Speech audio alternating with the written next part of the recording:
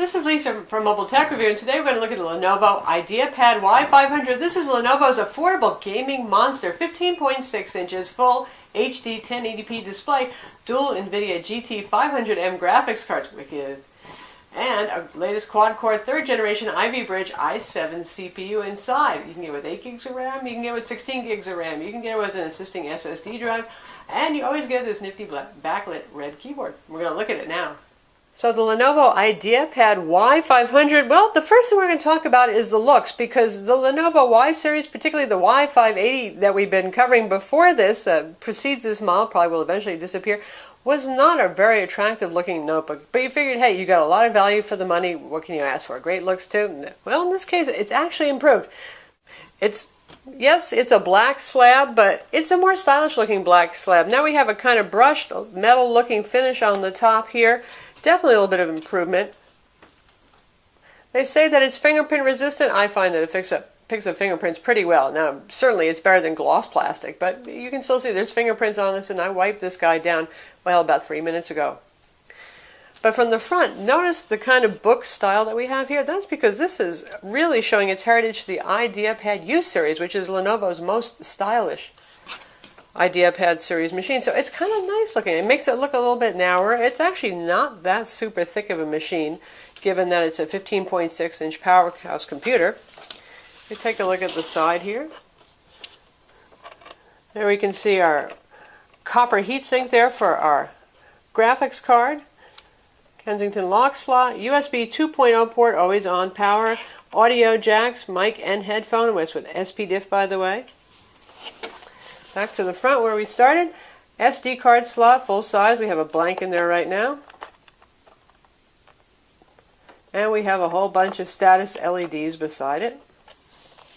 On this side, we have matching heatsink. This is not the removable section, but Lenovo does a nice job with the symmetry. You can see we have our power port right there, our one-key recovery button, standard Lenovo feature, VGA port, gigabit Ethernet, full-size HDMI, and 2 USB 3.0 ports.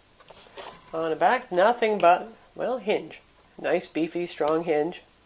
A little gloss going on here. Lenovo likes to mix up their surfaces a lot. Well, I'm not so sure that that's a good idea, but it's up to you. And on the bottom, you can see a huge venting area, and there are indeed fans under here. If you take the cover off, you can see them. Removable battery. There's our latches. This is our graphics card module. We'll show you about yanking that guy out if you want to swap that in with a DVD burner, for example. Little vent right here. The RAM is actually underneath that vent. So a lot of ventilation going on. And again, here's that symmetry, that look.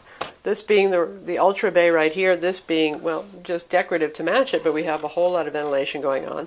Now we've got our rubber feet here. And to remove this top, it's just straight Phillips head screws. Nothing suspicious, nothing weird there. They're not trying to stop you from getting inside this guy. And we open it up and we see one of my favorite features. Hey, I can't help it. I have boy racer attitude about these things, but I love this red backlit keyboard here. And this is Lenovo's typical wonderful AccuType keyboard, so it doesn't just look cool, it's a real pleasure to type on. Nice smile-shaped keys there, good separation, which you would expect certainly for a 15.6 inch notebook. Just a pleasure to type on. And we've got a little number pad off to the side. Important to you number crunchers, important to you gamers also. Big trackpad here, offset a bit since we do have the number pad on the side. Behaves fairly well. Not my favorite trackpad, I have to say, but it does decently. It supports swipe gestures. Once in a while it just seems to go a little on me, and I have to tap a couple of times to get it to wake up. Probably a driver update will fix that. Our power button is glowing right up here, and we have our slightly red speaker grills here. This has JBL speakers built in, 1.5 watts each. Really nice sound on this, I have to say. Dolby Home Theater 4 approved. As you would expect from something that's supposed to be a multimedia and gaming notebook, the speakers are pretty darn decent on it. And we have a full 1080p display here, 1920 by 1080 coming at you. Nice looking, not a touchscreen. Bummer. I don't know what it is about gaming notebooks, but so far, really, you just don't see them with touchscreen so far. That says a pretty nice screen. It is a glossy screen. It is a glary screen. 220 nits of brightness, not super duper bright. Perfectly adequate for indoor use, but doesn't combat sunshine real well. And it has this really nice show-offy screensaver which puts your GPU cycles to good use. So what do you get inside for this configuration that we're looking at, which was pretty much, it's all themes and variations on the same thing from Lenovo US. If you go to order it yourself or if you look in stores, it's going to be the 2.4 gigahertz Intel Core i7-3630QM. That's a quad-core 8-thread processor. Obviously the 1080p display, 15.6 inch. 500 to 1 contrast ratio on that, by the way. You can order it with either 8 or 16 gigs of DDR3 1600 megahertz RAM. It has 2 RAM slots inside. Terabyte hard drive. Optional is a 16 gig caching SSD. That adds about $60 onto the cost, one way or the other. For $11.99, you're going to get that built in. Dual band Intel Centrino wireless N2230. That is compatible with WiDi. And Bluetooth also. That's integrated in with the Intel Centrino adapter. Weighs 5.95 pounds starting weight. I suspect that is without even having the graphics card module in there. Let's just call it 6 pounds. So for a machine with this much power, that's really not a bad weight at all. But obviously this is not Ultrabook. You're going to feel this when you carry it around. 0.6 to 1.4 inches thick, depending on where you measure it from. And we've already covered the ports, so you know it has a healthy sampling of ports. And of course, the showcase is the dual NVIDIA GT650M graphics card, each with 2 gigs of RAM, video RAM.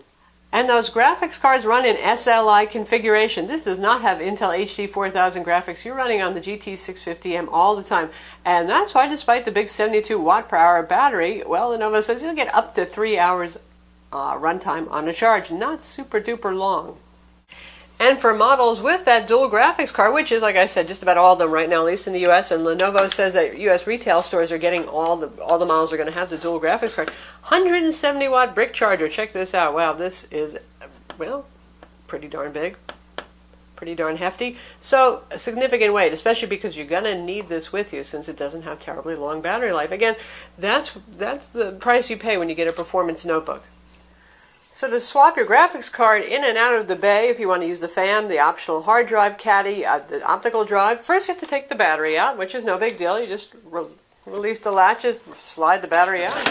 Here's the battery right here. 72 watt per hour over 6,000 milliamps, but still not very big. Slide that out, then there's another hidden release latch over here that you have to slide, and then you push this guy down while you pull the graphics card out. And here's what the graphics card looks like. Ultra Bay module, Ultra Bay connector right here. Pretty red fan, nice copper heatsink to make you feel all high performance there. Backside. And again, it's an Ultra Bay module, so you can get DVD burner drive, you can get a hard drive caddy, or you can just get for $29 an auxiliary fan to put in there, which you really probably don't need when you're running with just one graphics card, to be honest, anyway, but it can make you feel good. And put it back in. Just snaps it right in, not hard at all. Put our battery back. They obviously do not want you pulling out your graphics card while your system is powered on, hence the release latch is hidden underneath the battery, and you're ready to go. Alright, so we have an awful lot of power in a medium-sized package. Does that mean it's going to burn your hands in your lap? No, it doesn't. This is really very effective here. This very large ventilation grill with the big fans behind it, it actually works, folks. Not to mention lots of ventilation here, lots of copper going on for good heat sink. It does not get unbearably hot. It does not get unbearably loud. Now, we've used this for playing games for 3 hours at a shot, and I'm talking about demanding games. And the fan is on, you can hear it, but it is not running like a vacuum cleaner. It's not an obnoxious sound. Understandably, whenever you're going to be playing, say, Mass Effect 3 multiplayer for 3 hours, you know, it's going to get warm, but it does not get burning hot, which is pretty good. Certainly the keyboard deck stays comfortable, gets warm, not hot. Here you're going to feel some heat coming out of this vent area, but not enough to burn you either. I mean, still, I personally would keep this on a desk or a laptop cooler if you're going to subject it to that kind of gaming, but overall, really good job with the cooling. Now, for those of you who game, obviously this should be on your short list unless you have a real big budget and you can afford a top-of-the-line Asus Republic Gamer or MSI's gaming laptops, certainly an Alienware, you're talking about a lot of money there, or that really nice Samsung gamer machine. But for those of us who do live on something of a budget, really this is an amazing amount of bang for the buck, and it does really well with games, no kidding. With that kind of graphics power, it should. Yes, there are graphics cards that are higher end even than the GT 650, but we've got two of them in SLI here, so that's okay. We have a separate gaming demo video so you can see how this does, and we tried things like Crysis 3. We don't go with the easy games here. We're going to really test it out and see how it fares, and let me tell you, it does quite well. This is a machine that should also age fairly well for those of you who are worried about, well, it can play today's games, but what about next year's? Yeah, it should be okay. You may not always be able to run on all high settings if you're playing at 1080p, but you'll get at least medium settings, good looking quality in most games, which is pretty darn good for those really demanding games. For games that aren't insanely demanding, even say Skyrim, no problem running gangbusters with all high settings. Now for things other than gaming, let's face it, gaming these days, 3D gaming is one of the most demanding things you can make a computer do. For video editing, absolutely awesome performance. For office use, mega overkill. Certainly more performance than you're going to need. If you're going to do code and development on this, certainly fine. Adobe Flash development, yes, it's awesome for that.